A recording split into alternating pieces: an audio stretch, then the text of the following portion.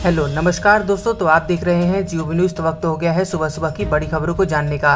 तो उससे पहले यदि आप हमारे चैनल पर नए हैं तो चैनल को सब्सक्राइब कर लें ताकि इसी तरह की देश दुनिया की आप सारी खबरों से रह सके अपडेट। तो खबरों को शुरू करने से पहले पेश है आपके लिए आज का सवाल। क्या आप जानते हैं भारत में सबसे ऊंचा बांध भाखड़ा नांगल बांध किस नदी पर बना है? आप इस सवाल का जवाब कमेंट में लिख दीजिए। तो चलिए जानते हैं आज सुबह सुबह की बड़ी खबरें।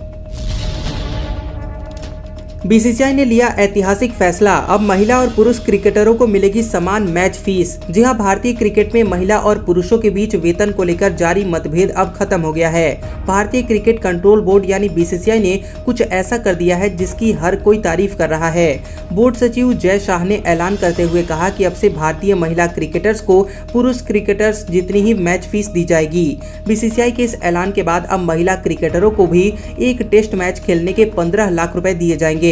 इसके अलावा वनडे मैच के लिए 6 लाख रुपए और T20 मैच के लिए 3 लाख रुपए दिए जाएंगे।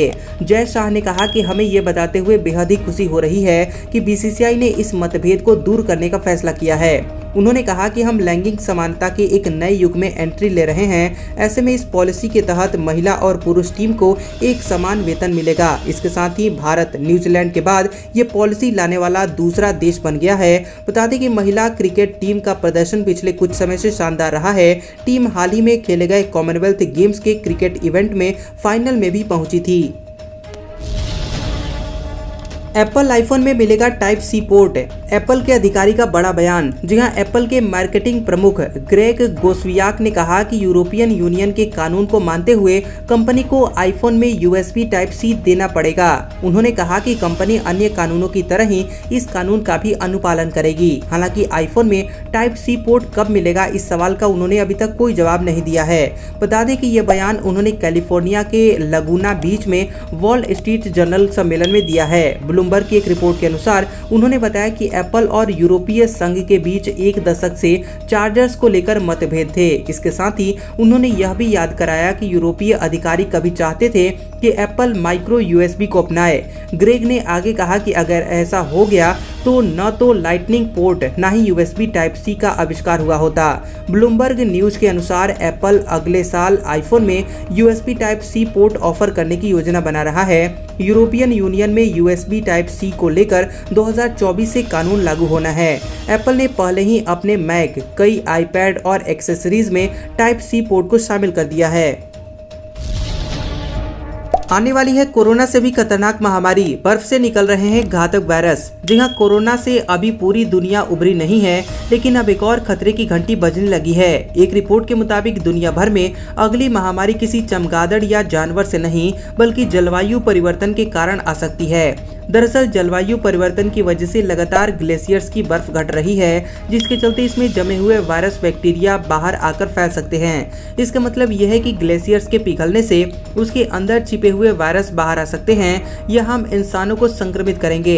Proceeding of the Royal Society B नाम के एक जर्नल में दावा किया गया है। अब जान लेते हैं कि ये वायरस कैसा है। ग्लेशियर्स के अंदर ये वायरस बेहद ही घातक है। ये वायरस वन्य जीवों को भी संक्रमित कर सकता है। इसका असर मनुष्यों पर भी दिखाई देगा।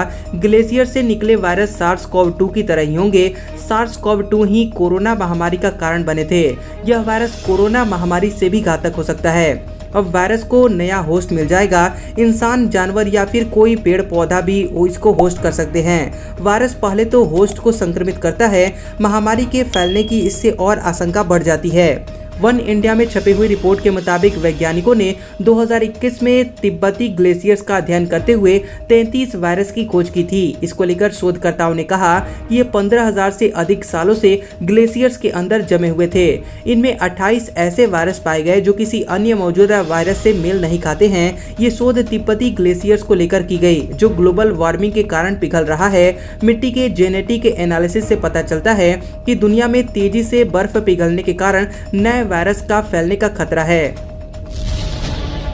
ब्रिटेन में भारतीय समुदाय के लोग किंग मेकर 40 सीटों पर सीधा असर। जी हां, जब से भारतीय मूल के ऋषि सुनक ब्रिटेन के प्रधानमंत्री बने हैं तभी से भारत में भी उनके हिंदू होने को लेकर खूब चर्चा हो रही है। आपको जानकर ये आश्चर्य होगा कि ब्रिटेन में 4 सबसे अमीर लोगों में 3 हिंदू हैं। संडे टाइम्स रीच लिस्ट 2017 की रिपोर्ट में इस बात का खुलासा किया गया था। ऋषि सुनक ने भी ब्रिटेन का पीएम नियुक्त किए जाने के बाद 10 डाउनिंग स्ट्रीट में अपने पहले भाषण के दौरान जताया कि वो हिंदू होने पर गर्व की भावना रखते हैं और अपनी धार्मिक पहचान एक क्रिश्चियन बहुल देश में भी जाहिर करने में कतराते नहीं हैं। 10 डाउनिंग स्ट्रीट में अपने पहले भाषण के दौरान उन्होंने जब मौजूद लोगों का अभिवादन किया तो उनके हाथ में पवित्र लाल कलावा देखा गया। बता दें कि वित्त मंत्री बनने के बाद भी वह अपने आवास 11 डाउनिंग स्ट्रीट के बाहर दिवाली के दिए जलाते हुए नजर आए थे।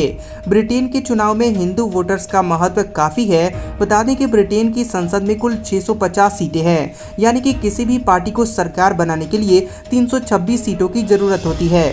इसमें इंग्लैंड में 533 सीटें हैं, स्कॉटलैंड में 59, वेल्स में 40 और नीदरलैंड में 18 सीटें हैं। यहाँ महत्वपूर्ण बात यह है कि ब्रिटेन में कुल 40 सीटें ऐसी हैं जहाँ सीधे तौर पर हिंदुओं का प्रभाव है, यानी कि भारतीय मूल के लोग इन 40 सीटों पर वोट करके किसी भी पार्टी की किस्मत बदलने का दम रखते हैं। वहीं साल 2018 की रिपोर्ट के मुताबिक पिछले 3 सालों में यानी 2017, 16 और 2015 में इकट्ठे किए गए आंकड़ों के आधार पर इस बात का खुलासा हुआ कि ब्रिटेन में अश्वेत और अल्पसंख्यक जाति BME समुदायों में भारतीयों को सबसे अच्छा भुगतान किया जाता है। इसके बाद ब्रिटेन के चीनी समुदाय के लोगों का स्थान आता है। बता दें कि यह रिपोर्ट रिजोल्यूशन फाउंडेशन की है। ट्विटर डील क्लोज करेंगे एलन मस्क, बायो में लिखा ट्विटर चीफ सिंक लेकर पहुंचे हेडक्वार्टर। जी हां, टेस्ला के CEO एलन मस्क ट्विटर के साथ 44 बिलियन अमेरिकी डॉलर के डील से पहले अचानक ट्विटर हेडक्वार्टर पहुंच गए। इस दौरान वो अपने हाथों में सिंक लेकर चलते दिखे। मस्क ने खुद ये वीडियो ट्वीट करके लिखा, लेट दैट सिंक इन। इसके साथ ही उन्होंने अपने ट्विटर प्रोफाइल को अपडेट करते हुए बायो में चीफ ट्विटर और लोकेशन में ट्विटर हेडक्वार्टर लिख दिया, जिसके बाद साफ है कि मस्क ट्विटर अधिग्रहण डील पर हामी भरने वाले हैं। वैसे भी मस्क के पास डील क्लोज करने के लिए शुक्रवार तक का ही समय है। ऐसा नहीं करने पर उन्हें कोर्ट में मुकदमे का भी सामना करना पड़ सकता है। दरअसल मस्क ने 14 अप्रैल को 43 अरब डॉलर में ट्विटर खरीदने का ऑफर दिया था और ट्विटर की ओर से डील को मंजूरी मिलने के बाद यह आंकड़ा 44 अरब डॉलर पर पहुंच गया। बाद में मस्क ने स्पैम अकाउंट की सही जानकारी नहीं होने का हवाला देते हुए डील कैंसिल करने की बात कही, जिसके बाद ट्विटर कोर्ट पहुंच गया और मस्क पर मर्जर एग्रीमेंट की कई शर्तों को तोड़ने का आरोप लगाया। जिसके बाद पिछले हफ्ते मस्क ने पुरानी शर्तों के साथ इस डील को आगे बढ़ाने का फैसला किया। जब फंस गया गूगल तो सफाई में कहा, भारत में डिजिटल बदलाव को बढ़ावा दिया। जी हां, बाजार में कंपटीशन के खिलाफ और पक्षपात के आरोप में दूसरी बार 936.44 करोड़ रुपए का जुर्माना की सजा का सामना कर रही गूगल इंडिया ने कहा कि वह कंपटीशन कमीशन ऑफ इंडिया के आदेश का आकलन कर रही है, जिसके बाद वह अपने अगले कदमों पर विचार करेगी।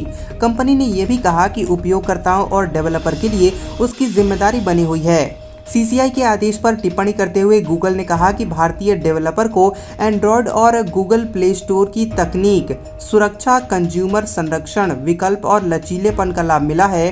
कंपनी के एक प्रवक्ता ने कहा कि हमने कीमतों को कम रखा, जिससे हमारे मॉडल ने भारत में डिजिटल बदलाव को बढ़ावा दिया और लाखों भारतीयों तक पहुंच का विस्तार किया। 936.44 करोड़ रुपए का जुर्माना प्ले स्टोर की नीतियों के संबंध में अनुचित व्यापार व्यवहार के लिए लगाया गया है। कंपटीशन कमीशन ऑफ इंडिया ने जारी किए गए अपने बयान में कहा कि प्ले स्टोर नीतियों में अपनी दबदबे की स्थिति का दुरुपयोग करने के लिए गूगल पर 936.44 करोड़ रुपए का जुर्माना लगाया है। CCI ने कहा कि गूगल को ऐप डेवलपर्स को ऐप खरीदने के लिए किसी भी तीसरे पक्ष के बिलिंग या भुगतान प्रोसेसिंग सेवाओं का इस्तेमाल करने से प्रतिबंधित नहीं करना चाहिए। गूगल अन्य ऐप के खिलाफ बिना भेदभाव वाली नीति का पालन करे और यूनिफाइड पेमेंट्स इंटरफेस यानी UPI के जरिए भुगतान की इजाज़त दे।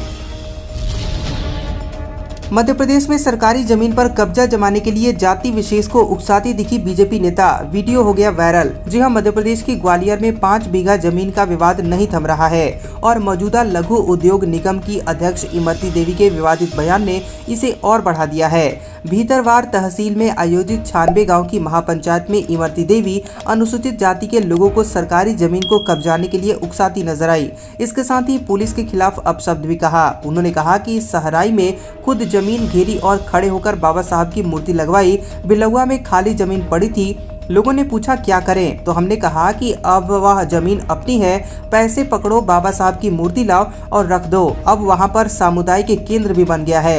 यही नहीं, उन्होंने कहा कि आप पूरी हिम्मत और ताकत से लड़ो, पुलिस की गाड़ियों से डरने की जरूरत नहीं है। उन्होंने कहा कि मध्य प्रदेश में आज हमारे लोगों के गाँव भरे पड़े हैं। अब जब हमारी इतनी जनसंख्या है तो हमें क्यों डरना। बता दें कि भीतरवार के पास गोहिंदा मार्ग पर स्थित जमीन के मालिकाना हक को लेकर 2 पक्षों में विवाद है। एक पक्ष ने इस जमीन पर 19 अक्टूबर को डॉक्टर बाबा साहब अम्बेडकर की प्रतिमा लगा दी थी, जिसके बाद हरकत में आए प्रशासन ने यहां पर फोर्स तैनात कर दिया। इसी मुद्दे को लेकर 96 गाँव की पंचायत बुलाई गई थी, जहाँ पर इमरती देवी ने ये बयान दिया है। इस बयान पर अब बीजेपी बैकफुट में आ गई है। ज्ञानवापी श्रृंगार गौरी केस में सुनवाई पूरी। 8 नवंबर को आएगा वाराणसी कोर्ट का फैसला।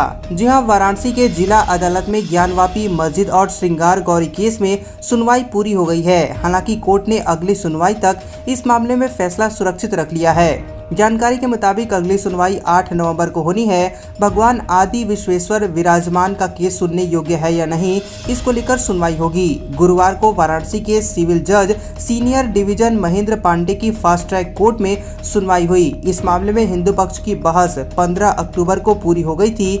बता दें कि जज सीनियर डिवीजन ने फैसले की तारीख रखी थी। हालांकि अब मामले में अगली सुनवाई 8 नवंबर तक टाल दी गई है। एक तरफ हिंदू पक्ष का कहना है कि यह मामला सुनने योग्य है क्योंकि यह तय करने का अधिकार सिविल कोर्ट का है कि मस्जिद वक्फ बोर्ड की प्रॉपर्टी है या नहीं। वहीं मुस्लिम पक्ष कहता है कि केस सुनने योग्य नहीं है क्योंकि ज्ञानवापी वक्फ की संपत्ति है या नहीं। दी प्लेसेस ऑफ वर्शिप एक्ट 1991 लागू होता है। ऐसे में सिविल कोर्ट को इस मामले में सुनवाई करने का अधिकार नहीं होना चाहिए। अब हम अगले 24 घंटों के दौरान देश भर के संभावित मौसम पूर्वानुमान के बारे में बता रहे हैं। अगले 24 घंटों के दौरान तमिलनाडु और अंडमान और निकोबार द्वीप समूह के तटीय क्षेत्रों में हल्की से मध्यम बारिश के साथ 1-2 स्थानों पर मध्यम बारिश संभव है। असम और अरुणाचल प्रदेश में छिटपुट हल्की बारिश हो सकती है। दिल्ली का वायु गुणवत्ता सूचकांक और बहुत खराब श्रेणी में रहेगा। बता दें कि पश्चिमी हिमालय के पास एक नया दक्षिणी विक्षोभ आने की संभावना है। आज का सुविचार, अहंकार उसी को होता है जिसे बिना मेहनत के सब कुछ मिल जाता है। मेहनत से सुख प्राप्त करने वाला व्यक्ति दूसरों की मेहनत का भी सम्मान करता है। कैसा लगा ये वीडियो हमें कमेंट सेक्शन में जरूर बताएं। वीडियो पसंद आया हो तो वीडियो को लाइक और शेयर करें और ऐसी इंटरेस्टिंग वीडियोस देखने के लिए हमारे चैनल जियो न्यूज को सब्सक्राइब करें और बेल आइकॉन को दबाएं। और हमारे ओल्ड और लेटेस्ट वीडियोस देखने के लिए हमारे प्लेलिस्ट और कम्युनिटी टैब को जरूर चेक करें। तो मिलते हैं अगले वीडियो में, तब तक के लिए आपका शुक्रिया।